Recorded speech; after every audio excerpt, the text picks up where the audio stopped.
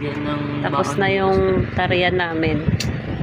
Ano sabihin, Cedric, kung ilan to ha? Yan, tiga 100 to eh. Tapos, bibigyan pa ako ng tipo. Tapos, 51 pesos. Ano yan? Binigyan na trabaho mo ha? Wala pa.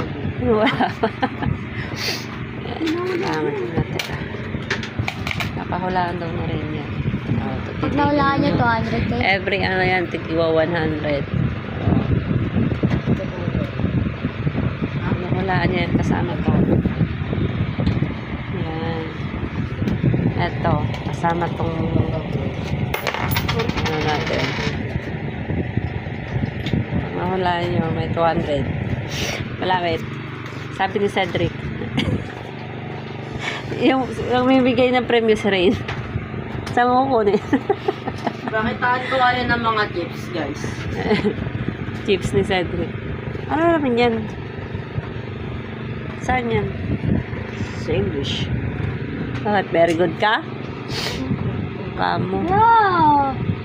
O, binigyan binigyan ka ta wallet. Asan nang binigay kong laman yan? Kano laman ng wallet mo na lang? Wala, puro ano. Kaso direct. 70, yung ngayon lang binigay ko. ML. Binigay ka kahapon. Nagbago si ano dyan eh. Si... Lugi negosyo. Puro punta sa baon. Sakay ng nanay ng mga to.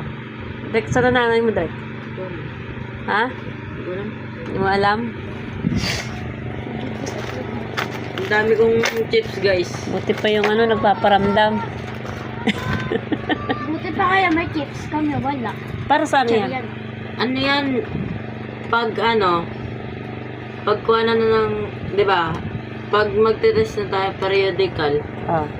ididikit namin sa bond paper, tapos ipapasa naman sa English teacher namin. Hmm.